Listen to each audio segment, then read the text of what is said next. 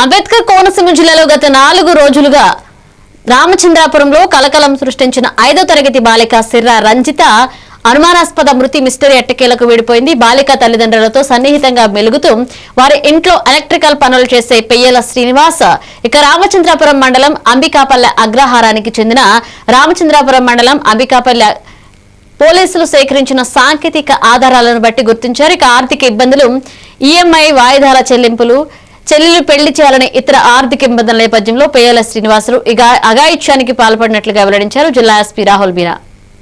Body was shifted by the family members to the hospital. మా team వాళ్ళు కూడా వెంటనే రెస్పాండ్ అయ్యి అక్కడ వెళ్ళి దే కలెక్టెడ్ ఎవిడెన్సెస్. అక్కడ మాకు ఒక వెరీ క్లియర్ ఛాన్స్ ప్రింట్ కూడా దొరికింది. మిగతా టెక్నికల్ ఎవిడెన్సెస్ కూడా కలెక్ట్ చేశాము.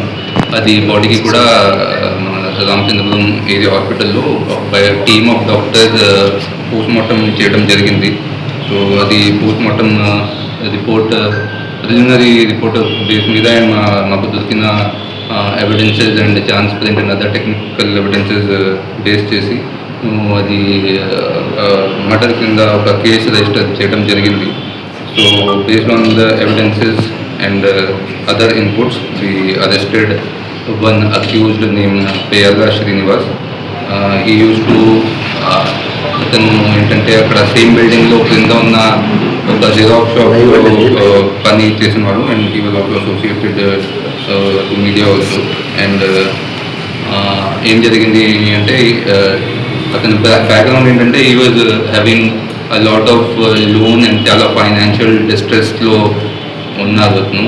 అండ్ రెగ్యులర్ ఈఎంఐస్ అండ్ అతని పెళ్ళి కోసం కూడా హీ వాజ్ హ్యావింగ్ చాలా ఫైనాన్షియల్ ఇష్యూస్. అది గురించి అది రోజు అంటే అది పాప ఈవినింగ్ 4:30కి స్కూల్ నుంచి ఇంటికి వచ్చింది. అది తర్వాత అరౌండ్ 5:30 అతను పైకి వెళ్ళారు.